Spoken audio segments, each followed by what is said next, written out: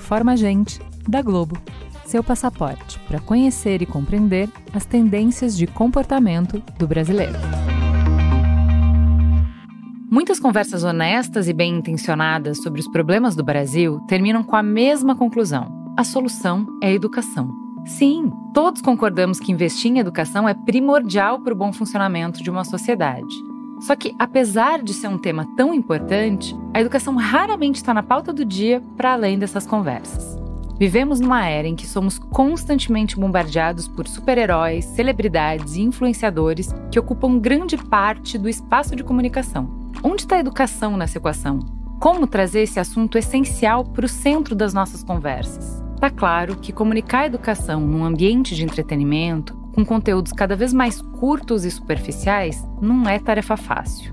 Para ganhar a atenção do público, é preciso encontrar maneiras criativas de transmitir conhecimento sem abrir mão da relevância e nem da diversão. Por outro lado, as novas tecnologias oferecem ferramentas capazes de reinventar a forma como falamos sobre educação. Do YouTube ao ChatGPT, a tecnologia nos permite explorar formatos interativos e envolventes, capazes de alcançar públicos amplos e diversificados. Por isso, na conversa de hoje, vamos explorar como a educação pode ser comunicada de forma impactante, qual o papel da tecnologia nesse processo e como podemos fazer do entretenimento uma porta de entrada para o conhecimento. Vem comigo que agora eu vou apresentar quem é que vai entrar nessa conversa. Vamos começar pela Marta. Seja muito bem-vinda ao Gente. Marta, quem é você na fila do pão? Ai, nossa, eu acho que eu não sou nada na fila do pão. Tô tentando achar meu lugar aqui. E aí que é legal a educação, né? Mas falando de maneira geral, eu escrevo livros, eu sou educadora, sou professora na PUC de São Paulo e adoro educação, tanto transmitir quanto receber o tempo todo, tá? Então acho que essa sou eu. Muito bem. Também com a gente, Iberê Tenório. Seja muito bem-vindo, Iberê. Que delícia te conhecer. Quem é você na fila do pão? Obrigado, Juliana. É muito bacana estar aqui. Eu sou jornalista e faz 15 anos agora que eu toco o Manual do Mundo, que é uma produtora de conteúdo educativo e entretenimento, tá principalmente no YouTube, no canal Manual do Mundo. Seja bem-vindo e para fechar a mesa, Viridiana, seja muito bem-vinda. Quem é você estreante nesse podcast, nesse universo de podcasts? Olá, Juliana, Marta, Iberê, eu sou a Viridiana. Eu sou gerente de valor social da Globo. Hoje atuo na agenda de educação dessa área que está dentro de uma diretoria de marca e comunicação. Então a gente olha muito para esse poder da marca e o quanto aquela marca, essa marca está envolvida com uma causa e com impacto, e eu cuido especificamente da agenda de educação, cujo principal projeto é o movimento LED, Luz na Educação, que é esse movimento que tem uma missão, de olhar para as iniciativas que estão transformando a educação, inovando na educação, e a gente aqui reconhece, ilumina, fomenta essas iniciativas. É um prazer estar aqui com vocês hoje. Perfeito. Eu vou fazer a primeira pergunta para Marta. Desde que você publicou seu livro Educar, a Revolução Digital na Educação, em 2013, várias novas tecnologias surgiram. Como é que você vê o panorama da educação no mundo das inteligências artificiais, blockchains e afins? O que você acha que veio para somar, o que veio para multiplicar, o que veio para diminuir e, por fim, o que veio para dividir? Então, quando a gente fala de tecnologias, elas sempre têm potencial para bem e para mal, né? Para tudo. Então, tudo tem potencial para somar, multiplicar, diminuir e dividir, e o que importa é o que a gente está somando, multiplicando, diminuindo ou dividindo, tá? Então, por exemplo, a gente pode somar competências, multiplicar saberes, diminuir gaps, dividir riquezas, ou somar problemas, multiplicar vieses, diminuir excesso e dividir pensamentos. Eu acho que as duas coisas acontecem, e aí quando a gente fala dessa nova onda, de tecnologias, inteligência artificial, blockchain, etc., nós estamos falando de tecnologias muito poderosas e que entram num grau mais fortemente no grau cognitivo do que as outras. Elas têm um potencial gigante para criar a principal revolução, a maior revolução cognitiva da história, ou aumentar diferenças. Então vai depender de como que a gente utiliza isso no nosso dia a dia, Uma outra coisa que era legal falar com relação à parte da educação é que às vezes a gente pensa, não, mas todas as outras tecnologias, quando entraram, a gente teve um período de adaptação, né? E o grande problema com essas que a gente está agora, a gente sentiu isso na pandemia, é que a vulnerabilidade, quem está em situação vulnerável tem mais dificuldade de ter acesso. Então, se a gente não tiver mais pessoas participando, discutindo, criando, e rapidamente a gente conseguir colocar isso para todos, a gente tem uma dificuldade maior para acompanhar essa evolução tecnológica. Então, eu acho que tem potencial para os dois lados bem fortes. Quanto maior o perigo, quanto maior o poder, maior o perigo, maior o benefício também, né? Sim, a gente está acompanhando muito forte aqui a história do ChatGPT, e eu acho que a coisa que mais tem aterrorizado professores que a gente ouve. A grande dificuldade é quando isso chega, e chega como uma bomba, porque chega muito rápido, não dá tempo. Ninguém sabe direito o que fazer, porque grande parte do que se trabalhava em sala de aula como exercício, ele pode ser suprido em parte pelo ChatGPT, com vários níveis de problemas aqui que a gente pode discutir, mas pelo menos superficialmente você consegue fazer uma série de tarefas que eram importantes para os alunos fazerem. E agora a gente não tem... beleza, dá para usar isso em sala de aula, é possível trabalhar junto, mas na prática, a vida real, né, o que vai ser feito exatamente? Todo mundo tem que se adaptar muito rápido. É um pouco assustador a princípio, né, essas tecnologias chegarem de um jeito avassalador e sem dar tempo das pessoas se adaptarem e fazendo com quem tenha mais acesso, quem tenha dinheiro, quem tenha, né, até uma capacidade de assimilar mais rápido, saia muito na frente. E eu acho que esse é o momento da gente começar a discutir isso, né, do quanto a gente tem que frear um pouco tudo isso e debater, peraí, vamos ver onde isso entra, onde não entra, se a gente está interessado em usar essa tecnologia dessa forma ou não. Mas posso falar uma coisa para completar? Porque assim, né, o meu livro, o Educar, Revolução Digital da Educação, é de 2013. Estou lançando a segunda edição agora, 2000, vai ser inclusive no Festival LED, né? E isso eu falo desde lá, que a educação, desde lá, já devia ser focada em perguntas, não em respostas. A gente devia ter trabalhado o processo de mudar a forma como se educa. A gente brincava já que um professor que faz a pergunta que pode ser respondida pelo Google está fazendo a pergunta errada. Isso já em 2013, 2014. Tá? Eu peguei calculadora, eu fiz engenharia. A calculadora pode ou não pode? Computador pode ou não pode? Internet pode ou não pode? Celular. Ou seja, isso é recorrente. E agora com o ChatGPT, o problema não se prepararam, assim, continuou naquela coisa devagar. A gente teve a pandemia que deu uma super acelerada nisso, e agora tinha que estar pronto e não está. Então vai ter que todo mundo correr atrás para poder dar conta do processo, né? Mas é isso mesmo, já devia estar assim. Se você fizer uma pergunta que o ChatGPT responda, a pergunta está errada. A pergunta tem que ser para o ChatGPT responder e você avaliar o que ele respondeu. Vamos discutir aqui se as respostas são todas diferentes. Ou seja, pensamento crítico que a gente não teve, né? Iberê, o Manual do Mundo mostra que é possível fazer sucesso com conteúdo didático, mesmo num ambiente de comunicação recheado de outros tipos de entretenimento. Como é que você vê o desafio de trazer a educação para o centro das conversas e tornar ela relevante para um público mais amplo? O que a gente faz hoje, principalmente no YouTube, à primeira vista está associado a coisas negativas na educação, né? Então é tempo de tela, todo esse movimento influencer aí que a gente ouve falar, que na maioria das vezes está associado a notícias negativas, né? Não vê uma coisa boa na cabeça quando você usa essa palavra, e a gente trabalha dentro disso, né? Dentro desse meio. Então, o que a gente tenta fazer no Manual do Mundo, do jeito muito forte, é pegar assuntos que interessam a maioria das pessoas, principalmente de um público que não é nerd, que não é afeito a sentar horas, estudar, porque esse público já se atrai normalmente por esse tipo de assunto, e dar uma roupa completamente disfarçada para aquele assunto. Então, por exemplo, teve uma época da onda do hand spinner, que é aquele brinquedo que o pessoal ficava girando na mão. E a gente fez uns 4 ou 5 vídeos tangenciando o hand spinner. Por exemplo, vamos fazer o hand spinner magnético. Então tá bom, vou colocar alguns ímãs em cima dele e tentar aproximar outro ímã para ver se ele gira sozinho. Não gira, peraí. Porque não dá pra fazer motor que gira infinitamente colocando um ímã perto do outro. Não, mas se a gente colocar um eletroímã e ligar e desligar esse eletroímã? Vamos tentar. Aí fica ligando e desligando o eletroímã. Não, mas peraí, se a gente inventar um jeito automático de ligar e desligar esse eletroímã, aí inventou um jeito automático. E se a gente colocar 3 eletroímãs? Aí a pessoa vai assistindo o vídeo, no final do vídeo só que eu conto, então, o que a gente acabou de criar aqui é um motor elétrico, com eletroímãs, jeitos automáticos de ligar e desligar esses eletroímãs, interagindo com ímãs, isso é um motor que tem aí que gira dentro da sua batedeira, dentro do motor de arranque do carro, sem falar que era um motor. No vídeo, o título do vídeo não é como funciona o motor, né? Descubra como é que é o segredo do motor. Na maioria das vezes a gente tentei por esse caminho e tem funcionado. É claro que não é um vídeo profundo sobre motores elétricos, mas a nossa missão aqui não é nem de longe substituir escola e nem substituir um material didático profundo, mas é fazer com que essas pessoas se interessem por isso. Então, quando for aprender sobre isso, ou quando olhar o motor, vai olhar de forma diferente, vai ter uma camada a mais de curiosidade ali, e isso pode ajudar muito na sala de aula, por exemplo, porque não é mais um assunto esquisito, porque tem esse problema, né?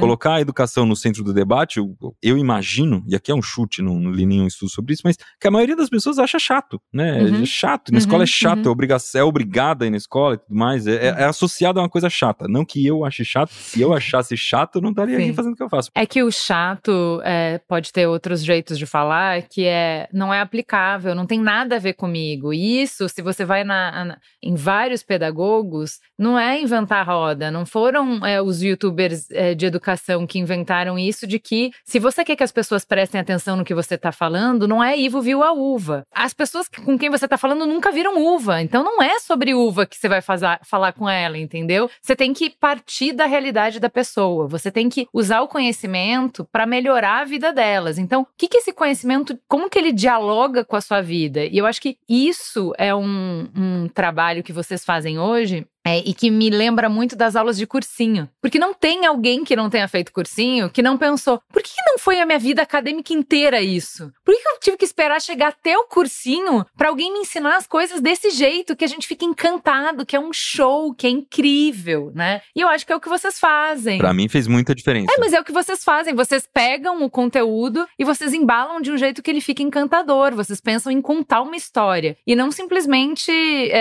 entregar fórmulas para as crianças.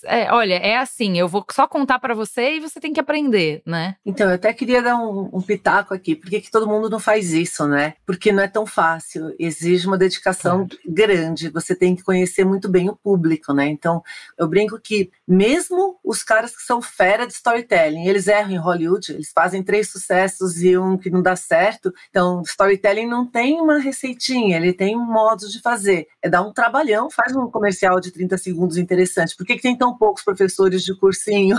Por que não são? Porque é difícil, né?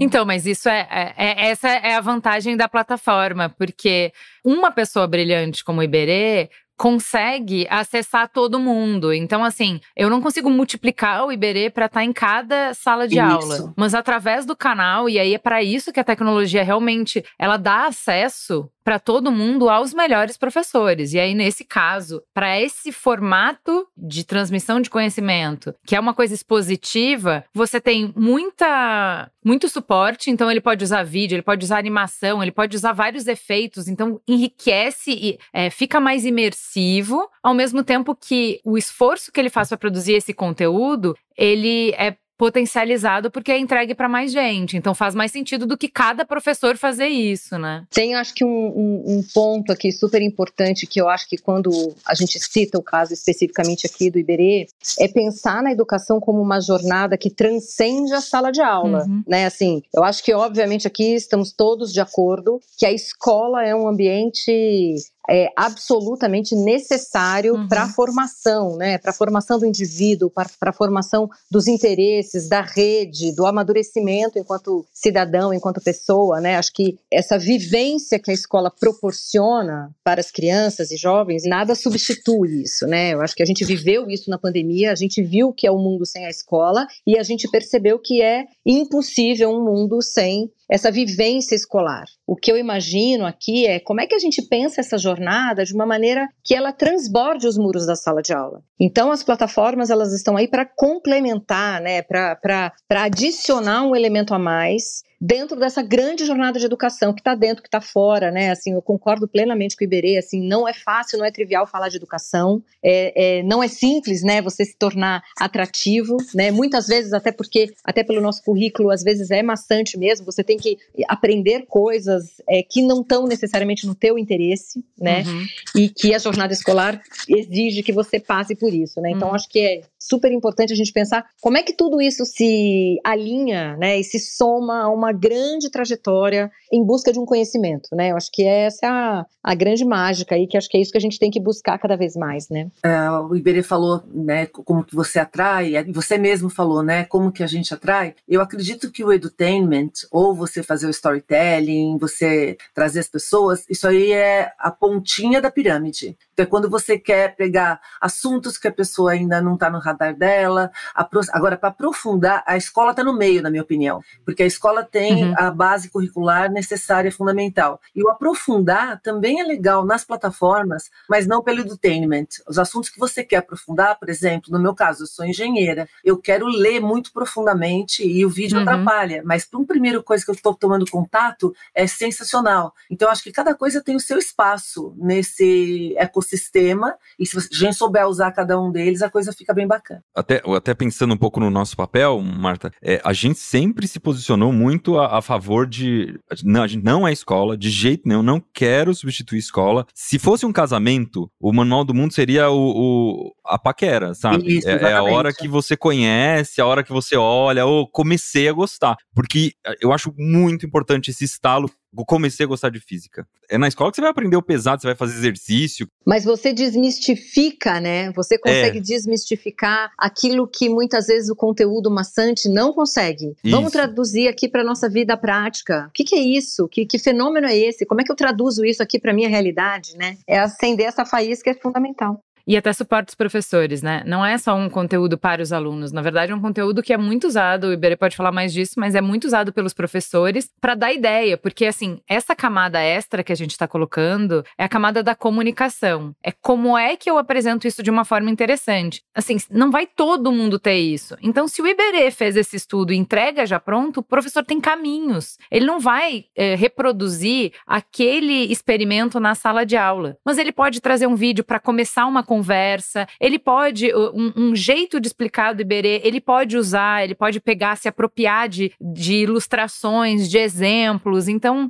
eu vejo também muita vantagem nessa formação dos professores, nessa troca de conhecimento sobre como é que a gente conversa sobre temas que às vezes são áridos. E aí, se a gente está falando de comunicação e de entretenimento no Brasil, não dá para falar sem falar da Globo. Eu queria que você trouxesse para a gente, Viridiana, qual é o papel da Globo como maior grupo comunicador do país nesse trabalho de trazer a educação para o centro da conversa. É isso, assim, eu acho que a gente está falando muito aqui dessa potência da comunicação, né? Quando a gente olha hoje, sobretudo para a companhia hoje, né? Como é que ela hoje está formada, essa junção da TV aberta, dos canais pagos, da plataforma de streaming, dos canais digitais, tudo isso dentro de um guarda-chuva Globo, e que tem um alcance que é muito importante, muito significativo, né? Quase 90 milhões de brasileiros hoje acessam, né? A gente alcança de alguma maneira esse volume de pessoas. Então, eu acho que tem um papel social aqui super importante, que é como é que a gente traduz essa educação, como é que a gente coloca a educação na conversa diária das pessoas. E acho que o edutainment, como a gente citou aqui, ele tem um papel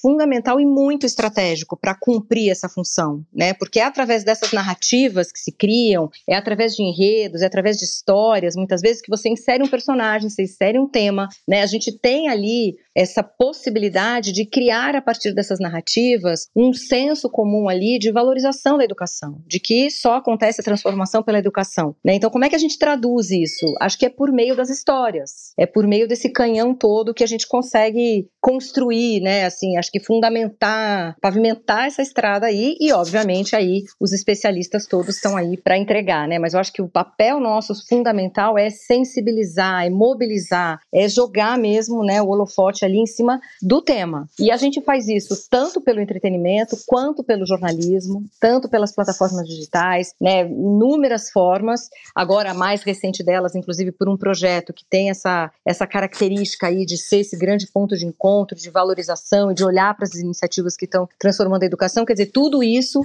se encontra por meio dessa jornada de comunicação aí, como eu falei. Então, é isso, assim, não é simples, não é trivial, não é o papel da escola, mas eu acho que ele é um papel fundamental para construir mesmo esse imaginário dessa educação que todo mundo quer. Muito bem, Marta, eu queria que você aprofundasse um pouquinho para a gente que formas que você vê, que maneiras que você vê que a gente pode transformar a tecnologia tecnologia em aliada e não em inimiga do processo educacional? Na realidade, a gente sempre pode transformar em aliada. Eu acho que ela só é inimiga quando a gente não sabe usar, tá?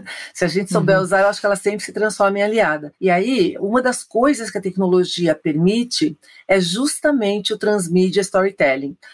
Quando a gente fala do storytelling, o cérebro humano, ele é atraído por histórias, porque a gente começa com a oralidade lá atrás, e por meio das histórias é que a gente aprendia a se defender. Por isso que a gente adora história, né? A gente é configurado para prestar atenção em histórias. E aí, quando a gente vem com tecnologia, que você pode, que nem você estava falando do Manual do Mundo, né? Você consegue colocar não apenas mais imagem, que era o que acontecia antes com Discovery Channel. Você ficava lá vendo elefante tomar banho e adorando, porque você está tendo uma história super divertida de como que os elefantes tomam banho. Agora dá para você colocar ferramentas interativas, dá para você colocar mais aprofundamento para quem quer, para quem não quer fazer casca de cebola, né? Dá para você fazer 1 milhão de coisas, e com o transmídia, você continua esse processo no seu celular, você continua esse processo com outros pedacinhos de conteúdo. Então a tecnologia, ela pode ser o grande fio condutor, mas é legal a gente falar uma coisa aqui, porque a tecnologia viabiliza. O que faz o sucesso de um storytelling, de um entretenimento, é a forma como ele é feito, é quem faz, né? Então é você entender de transdisciplinaridade, entender de quem você está atraindo. E aí eu brinco que, se você pegar 2 pessoas da mesma idade e mais uma tem interesse, até vou pegar uma pessoa ao longo da vida, né? Quando ela é mais jovem, ela adora comédia romântica. Depois, ela, quando vê comédia romântica, quer morrer, né? O que ela quer mesmo é alguma outra coisa mais existencial. Então, isso mostra como, se você não entender do público, você não faz o link com ele e não fica divertido para ele, né? Então, esse é das limitações que a gente tem hoje, a dificuldade, que aí a inteligência artificial é outra tecnologia que pode ajudar, porque ela pode ser mais, trazer dados e tomar a decisão de quem é que está ali na ponta, pelos dados que estão ali, para eu afinar o meu conteúdo para eu entregar uma performance melhor. Então, eu vejo a tecnologia muito como aliada, né? Eu tenho essa característica, mas o que eu percebo se você não souber usar, não adianta ter tecnologia, né? Tanto que eu brinco assim, não adianta você ter carro se você não sabe dirigir, não vai te dar mais velocidade, né? Você tem que saber usar. Marta, posso trazer uma provocação aqui para você, assim, para discutir? Lógico. Assim, num país como o Brasil, né, de um caráter assim tão desigual, em que a gente hoje vive inúmeras realidades convivendo, né, no mesmo momento, no mesmo país. A gente sabe, dados recentes, sobretudo por conta da pandemia, de que a evasão escolar explodiu muito por conta da falta de conectividade, né? A gente não tem essa conectividade acontecendo no Brasil de uma maneira igual. Como é que a gente pensa a tecnologia e a revolução digital dentro dessa realidade brasileira que é tão dispare, que é tão desigual? Ótimo que você falou nisso, porque essa é a minha maior questão, né? Eu viajo muito a trabalho e não precisa nem ser você tá na vulnerabilidade. A gente está num hotel 5 estrelas e a conexão é péssima em várias regiões do Brasil. Você pega estrada de São Paulo para Cantareira, tem um monte de pontos que você está cego, não consegue ter conexão. E sem conexão, qual é o grande risco que a gente tem aqui, tanto do edutainment e qualquer outra tecnologia? A gente fica dependente dela e quando ela não está, a gente fica totalmente manco. Agora, com relação ao país, não tem jeito, a gente precisa de infraestrutura, a gente precisa de políticas públicas, tá? Eu estava falando sobre isso hoje de manhã, especialmente agora com a entrada de ChatGPT da vida,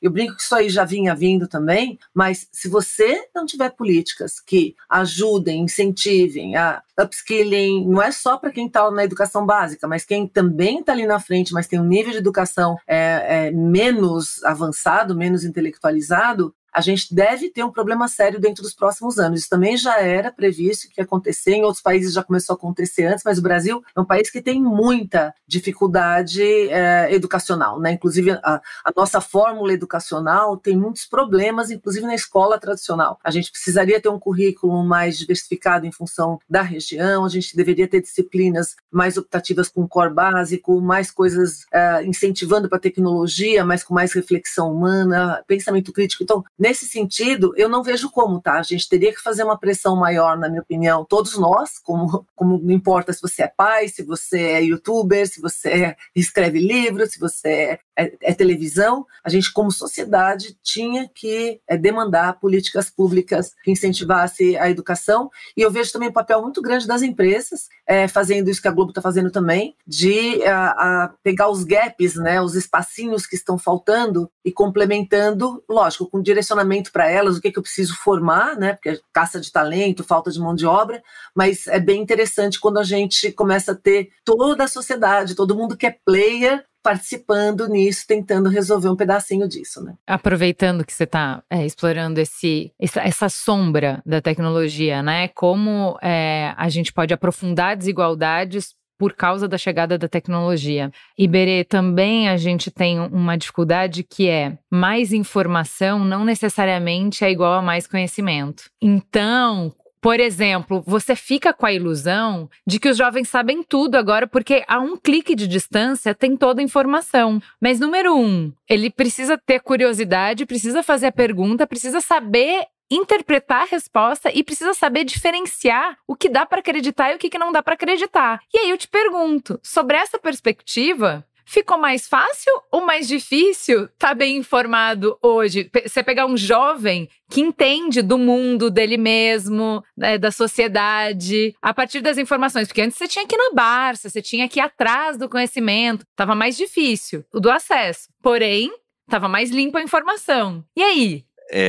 Quando surgiu a internet, eu tinha uns 13 anos as primeiras vezes que eu comecei a acessar a internet pra valer mesmo, que era de escada, aí na casa do tio e não sei o quê. Falei, nossa, isso aqui vai revolucionar. Eu já gostava muito de estudar e gostava de ficar pensando em como que a escola poderia melhorar. Desde que eu entrei na escola, o meu pensamento nunca se afastou da ideia, como é que eu posso fazer isso aqui ficar melhor? E aí, eu falei, não, agora com isso, a primeira coisa que eu fui buscar na internet foram imagens de satélite, porque eu queria ver o desenho dos mapas com os rios mesmo, né? Porque no estado de São Paulo, por exemplo, você tem um desenho bonito do estado ali, formado pelo Rio Grande lá em cima, Rio Paraná e tal. Poxa, ver isso, não tinha foto disso, era só aquele desenho no mapa, né? De uns 10 anos pra cá, eu acho que a gente tem uma onda de notícia falsa que é diferente dos boatos que tinham quando eu era criança, né? Que é manga com leite, não pode comer e tal. Agora a gente tem uma indústria de notícia falsa. E aí, se você tem uma indústria de notícia falsa com gente sendo paga pra produzir notícia falsa, é um buraco que tá bem mais embaixo. Então, uma coisa é você ser desinformado, você não tem informação. Outra coisa é você ter informação errada e defender publicamente aquilo, o que é muito, muito pior. Não só fake news, mas informação rasa, burra, né? Então, pseudociência. Pseudociência, assim, a dar com pau, montes. Então, assim, você vai ver um professor que estudou muito tempo, que tem paper com revisão de pares, né? Uma série de filtros. E ele vai aparecer com... Não posso dizer em pé de igualdade de um influencer, porque ele não tem o alcance de um influencer. A informação que vai chegar para o jovem antes é o regurgitado do conteúdo com a leitura e com recorte que quem tiver o microfone na mão quiser dar, entendeu? Ele tá melhor informado ou pior informado? Tá pior. E com opinião, né? Então, isso também é uma coisa, é muita opinião e pouca fundamentação. Eu acho que é muito mais difícil hoje, mas por que o Fórum Econômico Mundial e todos os estudos apontam para o pensamento crítico como a principal habilidade para o futuro? Porque é o pensamento crítico que faz você saber filtrar isso. O problema é que a nossa educação, não é só Brasil não, tá? A educação dos últimos 100 anos no mundo, ela não tem foco em pensamento crítico. Alguns países mais do que outros, a gente, por exemplo, aprende muita gramática, a gente não aprende lógica, argumentação e retórica, isso a gente aprende nos cursos superiores. Então, se a gente não tem vieses cognitivos, a gente fala no mundo corporativo. Uma criança não sabe o que é um viés cognitivo, ela devia saber que ela é toda enviesada, ela devia nascer sabendo que os vieses não são, você não consegue limpar, você tem que lutar contra eles, como é que você faz para fazer isso? Então tem vários pilares, o pensamento crítico, ele é difícil, e uma das coisas que também é legal a gente falar aqui, inteligência, a gente nasce com ela em algum grau, todo humano nasce com algum grau de inteligência que ele herda do pai e da mãe biologicamente. Pensamento crítico você só tem sendo educado, então isso é um alerta, assim, fundamental, ou educa pensamento crítico, ou a gente está ferrado, até porque com essas novas tecnologias, a gente não consegue a olho nu detectar o que é fake news, ou o que é fake qualquer coisa, né? Tem deepfake, tem deep truth, que é bem legal também, que você consegue trazer lá do fundo né, o que dá para fazer. Então, se você não usar essa mesma tecnologia para validar, você não consegue saber. E para usar a tecnologia corretamente, tem que ter o pensamento crítico. Então eu sou super defensora de, a gente precisava ter o curso de pensamento crítico desde do zero, para os pais, para começar, e todo mundo, cada dia, melhorando algum grauzinho do pensamento crítico. Eu acho que é a principal habilidade. Para quem trabalha de perto, tem um outro fator que é um pouco mais assustador, que é o ódio. Então, quando se soma, né, o que a Marta falou, de você não ter pensamento crítico e ter ódio junto, a pessoa vai começar a defender pontos de vista que ela não estudou, que ela não se perdeu qualquer grau de humildade que você tenha de falar, não, peraí, isso aqui eu não sei, é melhor eu não dar minha opinião. Não vou falar agora, vou entender mais um pouquinho antes de falar sobre isso. Não existe isso mais na internet. E não existe mais possibilidade de diálogo, né, que também é um outro movimento que, assim, acabamos com o diálogo. Que dia que a gente parou de dialogar, né? Que é um movimento essencial para o aprendizado. A gente aprende no diálogo, na troca, né? Mas eu acho, o que eu vejo, Iberê, é que nos teus vídeos, mesmo que você esteja falando de magnetismo, você está embutindo na forma como você fala de magnetismo uma formação de pensamento crítico. Porque quando você dá um conhecimento positivo, você precisa defender ele de um ambiente em que está cheio de pseudociência. Então você precisa explicar por que o que você está oferecendo é cenoura e não um alimento ultraprocessado, rico em gordura e açúcar e sal, que vai fazer mal pro seu corpo, né? Então assim, por que desse jeito que eu expliquei, por que é assim e não de outro jeito? Por que o que você viu aqui, ali, tem um efeito muito impressionante, é muito divertido, mas isso não se sustenta, isso não é verdade. E pra mim é difícil. Eu não sou uma pessoa combativa, então eu não gosto de entrar em bola dividida, porque depois eu vou ficar pensando nisso durante semanas, vai acabar com o meu trabalho. Então eu sou muito contemporizador, de gostar de... Eu, por exemplo, no Twitter, sempre que eu discordo de alguém, a pessoa vem com a pedra, eu já tento desarmar, tento chegar... Na maioria das vezes consigo, chegar no final e falar, que bacana, vamos apagar a nossa conversa agora? Várias vezes eu proponho isso. Vamos apagar a nossa conversa agora pra tudo que a gente discutiu lá em cima não ficar parecendo que a gente brigou? E as dois apagam a conversa e fica tudo certo porque a gente chegou num acordo legal no final. Mas não é fácil. Eu gostaria de poder pisar mais nesse acelerador, sabe? De poder falar com um pouco mais de franqueza. Poxa, vocês estão tudo louco, né? O que mais eu recebo é pedido de fazer motor infinito. Todo santo dia tem alguém querendo fazer motor infinito. Essa ideia de que o motor que se pega 3 ímãs, mistura numa bobina ali, ele sai girando e você ainda liga um gerador para alimentar todo o planeta. E se você não concorda que isso é possível, é porque você foi comprado pelas grandes corporações. E eu não sei de onde surge gente produzindo vídeo disso que não acaba mais, né? No TikTok esse negócio é uma praga.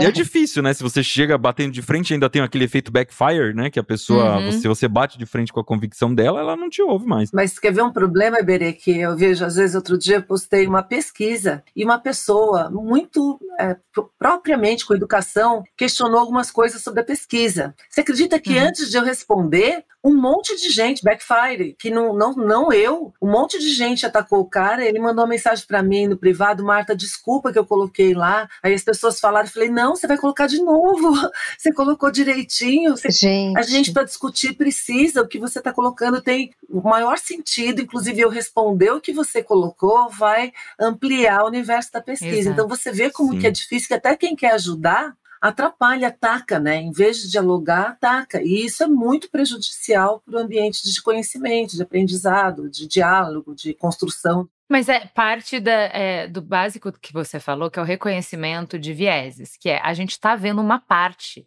da realidade, da verdade, né?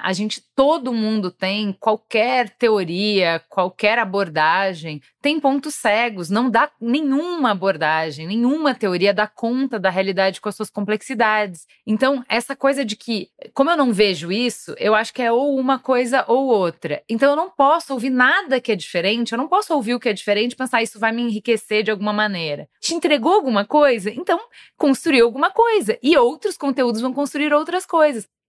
Essa falta de pensamento crítico torna difícil pra gente, a gente vai ficando cada vez mais ensimesmado, a gente se fecha em bolhas cada vez maiores, com a sensação de que a gente está criando mais conhecimento, que a gente está aprendendo mais, mas a gente só tá entrando num buraco de minhoca.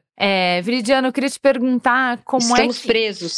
Exato. Como que a Globo, nesse ambiente, como é que a Globo busca aliar a educação e entretenimento? Eu fiquei muito interessada na sua apresentação, você estava falando do LED. Fala um pouquinho pra gente qual o papel do movimento Luz na Educação nessa estratégia. Eu acho que o primeiro deles é justamente esse de explodir as bolhas. Não é simples, né? Eu acho que é isso mesmo, né? A gente está ali muitas vezes em si mesmado ali dentro de um universo único, e isso vale para qualquer assunto, né? E acho que o movimento LED, ele nasce lá no final de 2021 com uma missão ali muito clara, que é reconhecer e fomentar as iniciativas que estão transformando a educação para dentro, para fora da escola. Então a gente já nasce, né? O movimento todo, ele nasce primeiro, assim, acho que tem alguns cenários ali, né? Primeiro, no momento da própria companhia, justamente como eu falei, desse corpo, né, muito mais abrangente, desse ecossistema, muito mais abrangente da TV aberta, cabo, digital, streaming, né? Tudo muito já integrado. Ele nasce de um movimento de uma escuta com a sociedade muito forte. Então, o movimento LED, ele é feito por muitos, né? Ele não é um projeto especificamente de uma área, mas a gente já sai a campo, primeiro com a Fundação Roberto Marinho, que tem historicamente uma atuação muito forte na educação, e depois a gente traz um grupo, né, de conselheiros, de parceiros que estão atuando na educação de uma maneira bastante diversa, né? Então, a gente tem desde instituições renomadas que estão no campo da educação formal até da educação não formal, da vida prática, né, do empreendedorismo, da educação empreendedora. Então, a gente reúne tudo isso dentro desse escopo, né? E como é que a gente concretiza o movimento? Em basicamente 3 pilares. O primeiro deles é uma premiação, então é nada trivial também, uma premiação em que a gente reconhece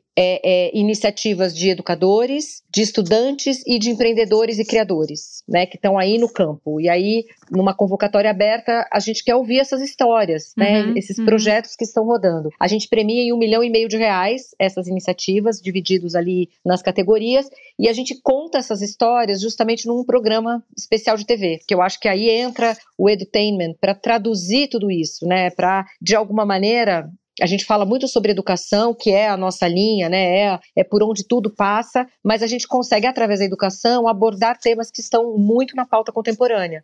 A educação inclusiva, a educação antirracista. Então a gente fala sobre muitas coisas, né? Quando a gente está falando de educação. O segundo pilar é o festival, que acontece presencialmente, aí onde a gente encontra a Marta, enfim, Iberê, a gente tá junto nesse momento que vamos pensar, vamos celebrar, vamos pensar como é que é essa educação que a gente deseja, né? Que discussão é essa?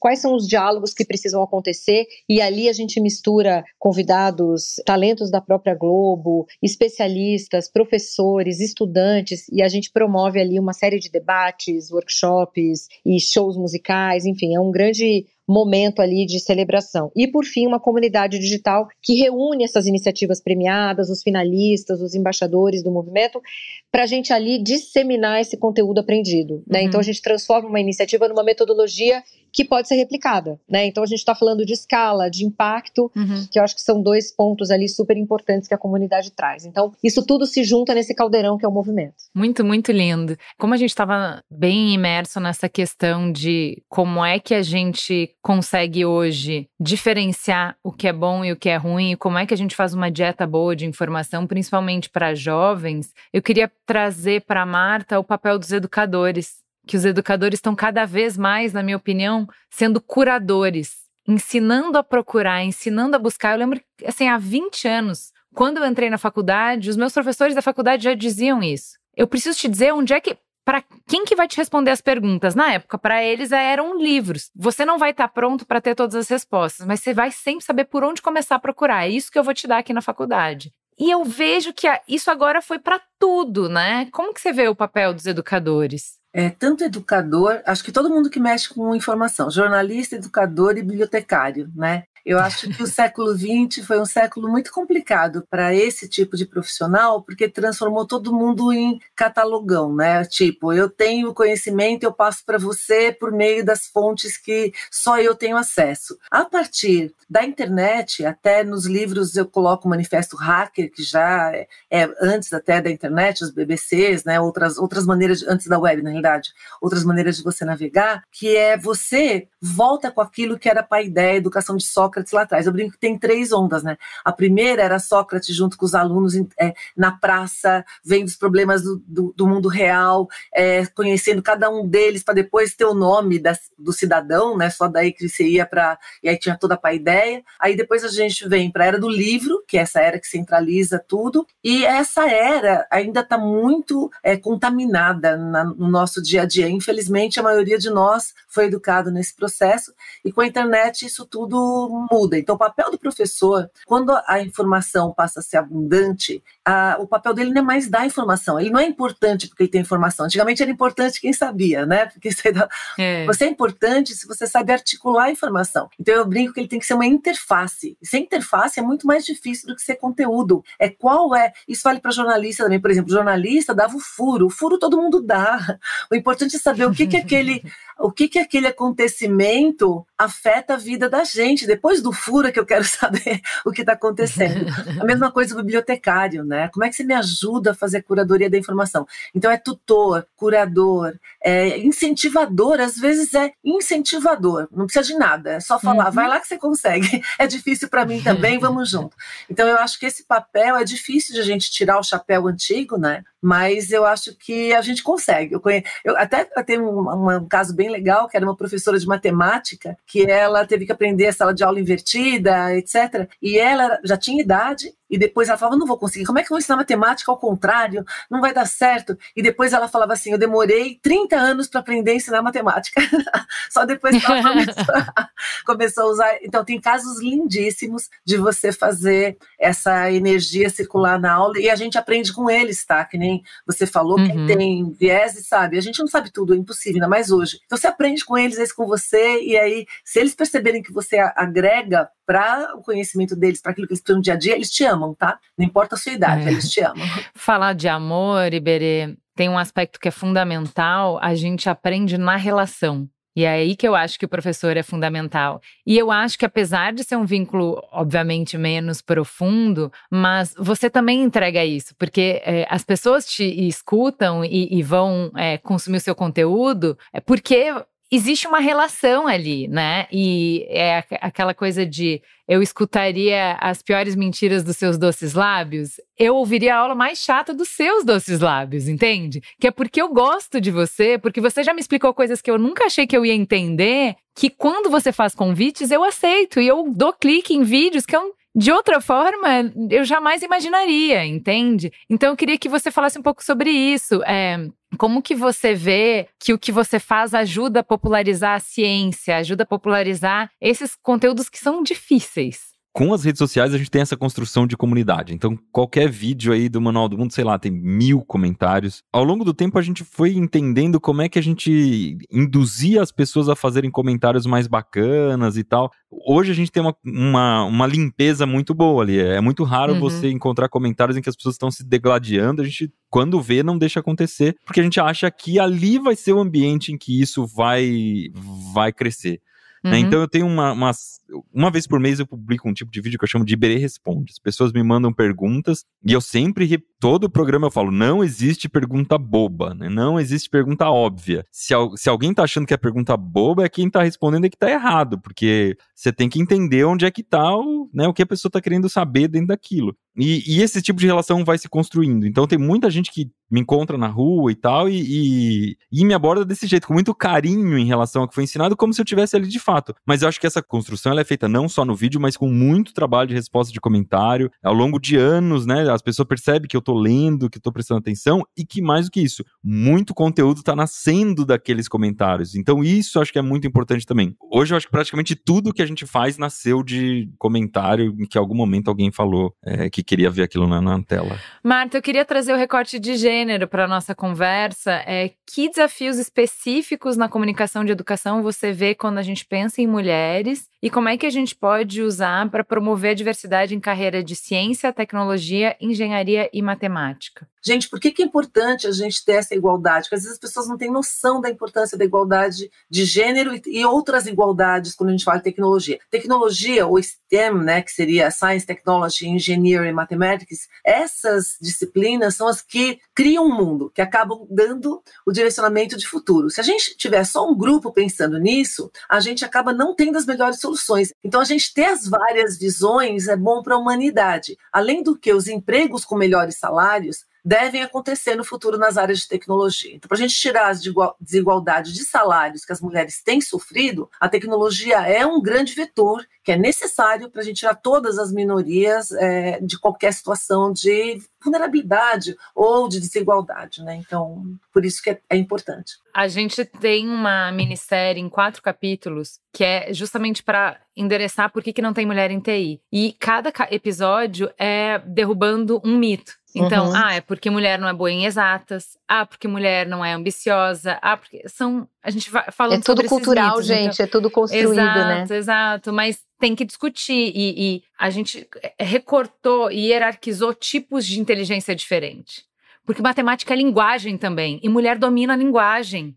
Então não tem por que mulher não ser boa em matemática. Não tem nenhum sentido isso, entendeu? Não faz nenhum sentido, exatamente. Cara, tá muito bem explicado lá. Eu acho que essa conversa tem que se disseminar, porque essa é a cama que promove que as mulheres se sintam à vontade. Isso. O cérebro feminino não é menos preparado para essa conversa. A nossa atenção não é menos, né? Tipo, as mulheres não gostam. Cientificamente já tá comprovado que não há diferença. Exato. Então, acabou, né? É cultural. Então, mas tem que ter essa conversa, porque na cultura ainda tem. Então, a gente tem um conhecimento empírico que diz que mulher não gosta de ciências exatas e que homens gostam. E que homens são bons e se desenvolvem bem. Então, precisa ter essa conversa muito, porque senão não muda. No manual a gente lançou agora uma série que chama Você Pode Ser, que são 24 profissões que a gente mostra como cada uma funciona. E a gente, nas profissões de engenharia, quase todas são mulheres. Foi muito legal. Excelente. Aí vai a engenheira civil na obra, capacete e tal, chefona geral de todo civil, mundo. Tá? Então é muito legal, porque uma coisa é dizer que você pode, na hora que você vê, né, Exato. que ela tá lá, trabalhando com aquilo. Vamos desconstruir esse olhar, né, assim, eu acho que é isso. É pelo exemplo, né, acho que isso é muito, muito, muito legal. Mas o exemplo só não adianta, né, não adianta só a gente inspirar, tem também que educar para que elas possam transformar, para que possam fazer, né, então é isso mesmo. Exato. Sim. A gente tá se encaminhando para o final. Iberê, eu queria que você falasse pra gente um pouco como que você mede o impacto do Manual do Mundo. Você pode compartilhar com a gente histórias de pessoas que foram inspiradas pelo seu conteúdo? Vamos lá. A gente tenta ter alguns impactos importantes aí, né? Primeiro, de crianças pequenas se interessarem antes por ciência. Então, a gente tem muitos pais que mostram pra gente, os filhos mandam eles escrevem, meu filho fez um desenho, mandou uma carta, eu leio a carta, aí no final, ele tem 4 anos, eu falo, peraí. Então esse é um impacto importante. Depois, um pouco mais tarde, tem as feiras de ciência, que a gente consegue influenciar bastante, tem muito experimento que é feito com base no Manual do Mundo, os professores se interessam muito também. E o que eu acho que é a coisa que mais me emociona é quando a pessoa diz que escolheu a faculdade por causa do Manual do Mundo. Então a gente fez essa série agora, Você Pode Ser, e no final de cada episódio a gente mostra um caso real de alguém que se inspirou no Manual do Mundo para escolher a profissão. E é claro que pelo assunto que a gente fala, na maioria das vezes é engenharia, ou física, matemática e tal. Um caso que aconteceu que me emocionou bastante, eu fui agora numa fábrica de pneus aqui em Santo André, mostrar como que é feito o pneu, e tinha uma técnica que estava trabalhando lá, fazia parte do controle de qualidade. Na hora que ela me viu, ela começou a chorar. Falou, não é possível, que você tá aqui. Eu escolhi fazer o curso técnico por causa do Manual do Mundo. Foram assistindo vocês que eu descobri que eu gostava disso. E ela tava lá, bem o que a gente tava conversando, né, sobre mulheres trabalhando com tecnologia. Tava lá, no chão de fábrica, a prancheta na mão, capacete e tal,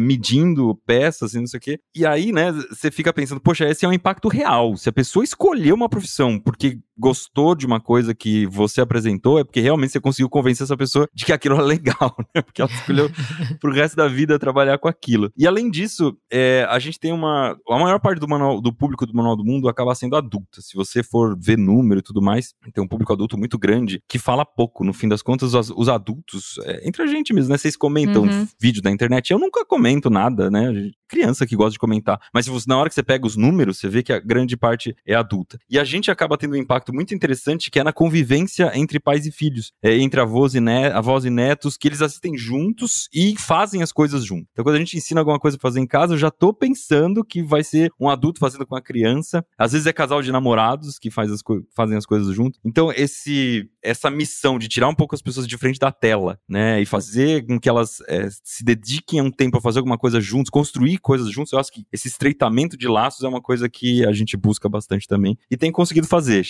Eu fico muito feliz quando chega a família pra tirar foto, queria tirar uma foto com você e tal, e os pais assistem mais que os filhos, porque eles entenderam que aquilo é legal e tal, e convence a família toda a assistir. Isso dá uma sensação de dever cumprido bem grande pra gente. Muito legal, gente. Pra encerrar, eu queria que vocês falassem um pouco das esperanças e expectativas que vocês têm pro futuro da comunicação sobre educação no Brasil e como que a gente envolve diferentes setores da sociedade, então governo, empresas, mídia, sociedade civil, na promoção da educação como uma prioridade mesmo, né? Para sair só do discurso e para ser de fato prioridade. Então, vou começar aqui, né? Então, que nem eu falei antes, eu sou engenheira civil e uma das coisas mais bacanas, acho que eu aprendi na faculdade de engenharia, é que para você ter um concreto bom, ele não pode ser formado só de cimento, ou só de pedra grande, ou só de água. Você precisa de pedras grandes para dar resistência, pedra menor para completar os espaços, areia, cimento que cola e a água para dar tudo isso daí. Então, se a gente não tiver cada um com o seu papelzinho aí, fazendo cada vez mais, e aí eu brinco que é assim, né? Mesmo que o outro não esteja fazendo, eu como professora, eu faço o meu máximo todas as vezes. Então, ao meu redor, o Iberê está falando, né, que ele propaga. Eu também, maior elogio que eu já recebi, 2 maiores, né? A aula de MBA, de storytelling, que eu estava dando assim, online da PUC-RS que eu faço, e aí eu recebi um feedback que a mãe parou para assistir, parou para assistir, adorou a aula e me usa de referência em tudo, porque a Marta Gabriel falou isso, e o outro que foi um café filosófico, que eu recebi um feedback que o filho me viu passando na sala e o filho sentou de 12 anos para assistir o café filosófico. Então eu vou fazendo no meu pedacinho e eu acho que cada um, não esperando o outro, né? Não importa onde você está aqui nessa cadeia, faz o seu pedacinho que nem o Iberê está fazendo, que nem vocês fazem, que nem a Globo está fazendo, que nem cada um de nós está fazendo. Aí eu acho que a gente consegue, é isso que eu espero para a comunicação, porque cada um tem o seu papel, então vamos juntar todo mundo aí, cada um continuando. 100% de acordo, Marta. Eu acho que é isso mesmo, transformar a educação só se faz se de fato for um compromisso de todo mundo, né? Assim, eu acho que antes de qualquer coisa precisa ser um compromisso da nação, né? Assim, precisa ser um projeto de nação. Acho que isso, e a gente tem que pressionar para que seja de fato, né? Efetivamente, a educação é um direito, né? A gente tem que se lembrar sempre, diariamente disso. A educação é um direito de todos e todas. E aí, acho que se eu for colocar um ponto a mais ali, eu efetivamente acho, né, numa visão esperançosa e otimista, é que a solução para a educação no Brasil está no Brasil. Quando a gente sai a campo, né, esse ano a gente rodou 2 editais, a gente recebeu mais de 5.400 projetos, e quando a gente se depara com essas pessoas, né, que apesar de toda a nossa adversidade nesse campo, que não é simples, né, trabalhar com educação, tá no campo, tá na atuação, quando você olha para os empreendedores, para os estudantes, para os educadores, para os criadores que se envolveram, que trouxeram os seus projetos, né, para contar suas histórias para a gente se emociona demais, né, assim, a gente tem projetos ligados para combate à violência nas escolas, a gente tem projetos incríveis olhando para a educação inclusiva, a gente tem ferramentas sendo desenvolvidas, né, para lidar inclusive com egressos do sistema prisional, enfim, são milhares de casos de pessoas que estão inovando, transformando, gerando impacto. Então eu acho que sempre quando a gente pode olhar para o Brasil profundo mesmo, sair das nossas bolhas e ir a campo e conhecer essas iniciativas dessas pessoas, a gente se inspira e a gente se renova, assim. Eu acho que a solução está aqui e a gente precisa de fato olhar, respeitar e fomentar tudo isso. E uma coisa que eu acho importante, que a gente desvaloriza muito no Brasil e que a gente conseguiria fazer melhor, é que, no fim das contas, a educação é um contato de um ser humano com o outro. Por mais que a gente consiga a gente usa essa intermediação de celular, de tecnologia e tal, o que fica é um contato de um ser humano falando com o outro, prestando atenção no outro e sendo empático, acolhendo a dor, a dúvida do outro e tentando dar uma solução para aquilo. Se não for por esse caminho, não existe outro. E nesse sentido, a gente ainda desvaloriza demais os professores, né? Demais. Então, toda essa cadeia que a gente discute aqui de engenharia, engenharia, de tecnologia, da gente como influencer, da mídia, todo mundo está numa situação melhor que os professores. Eles estão, né, com os salários mais baixos, com as piores condições de trabalho e com a bucha real ali na mão, que são eles que estão olhando olho no olho fisicamente para as pessoas que estão aprendendo. Então, se a gente conseguisse mudar um pouquinho essa cultura de valorização dos professores, acho que a gente conseguiria chegar bem mais rápido onde a gente precisa chegar. Gente, queria agradecer demais a participação de vocês, essa troca riquíssima. Venham mais vezes. E para você que nos ouviu por 1 hora, você já faz parte dessa mudança, né? Viu que o tema era educação e deu play, ouviu 1 hora de um papo sobre educação, tá comprometido com o tema mesmo. Muito obrigada pela sua audiência também. Obrigada, gente. Obrigada pelo convite. Fica aqui o convite, movimentoled.com.br, para quem quiser conhecer mais do que a gente tem feito por aí. E até a próxima. Muito obrigada. Obrigado, Marta. Obrigado, Veridiana. Obrigado, Juliana. Foi sensacional. E eu vou pesquisar mais sobre vocês, que eu gostei muito do nosso papo. Também. Obrigada, pessoal. Prazer gigante estar aqui. E quem quiser também acompanhar, vou estar no Movimento LED, então estejam lá com a gente, mas @Marta com TH Gabriel, que também falo bastante desses assuntos de tecnologia e educação. Obrigada, gente. Até o próximo Gente Conversa. Gente é onde tudo começa. É o ponto de partida. Gente é matéria-prima para criar algo novo e relevante. Uma fonte de conhecimento viva que revela comportamentos, histórias e tendências. É inspiração. Sua próxima grande ideia começa com Gente, a plataforma de insights da Globo. Para conhecer mais, acesse gente.globo.com.